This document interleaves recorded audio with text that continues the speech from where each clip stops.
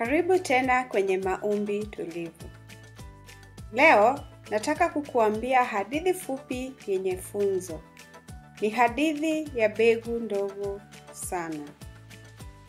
Kulikuwa na mbegu ndogo kiasi kwamba karibu ipotee mkononi mwa mkulima. Mkulima alichimba shimo ardhini, akaweka mbegu hiyo kwa upole, kisha akaifunika kwa udongo. Mbegu ile ilijikuta imezikwa gizani. Ilijihisi kama imesahaulika. Ikajisemea, nataka niwe mti mkubwa sasa hivi. Nataka nikue haraka nione anga. Lakini udongo ukaiambia, subira, wakati wako utafika.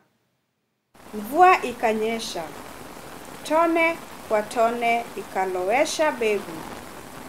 Jua likang'aa, likatuma mwangaza na joto ardhini.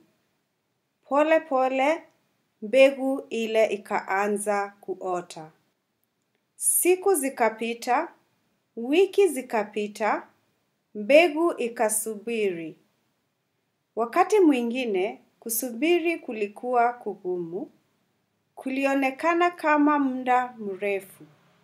Lakini moyoni, mbegu ile iliendelea kuamini kuwa jambo jema linaandaliwa.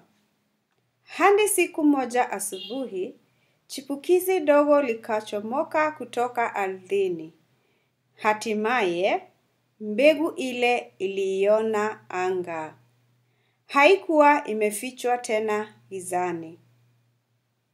Na kadri muda ulivyozidi kwenda, ile mbegu ikawa mti imara uliotoa kivuli na matunda.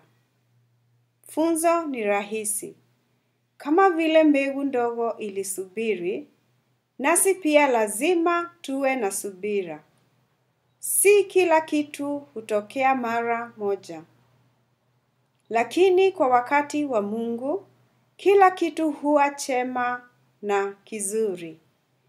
Biblia inasema katika Mhubiri 3:11, kila kitu amekifanya kizuri kwa wakati wake.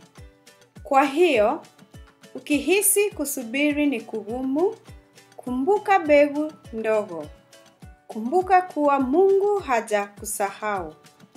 Anaendelea kukunyweshea maji, kukupa mwanga na kukuandaa uwe imara. Tuweke vichwa vyetu tuombe. Bwana mpendwa, asanti kwa kutufundisha kupitia hadithi ya mbegu ndogo. Tusaidie tuwe wavumilivu na tuamini wakati wako. Tukumbushe kuwa wewe hufanya mambo yote yawe mazuri kwa wakati ufaao.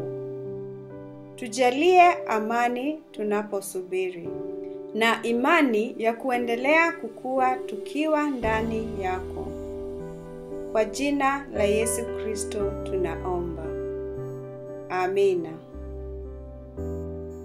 Amani ya Mungu iwe nawe.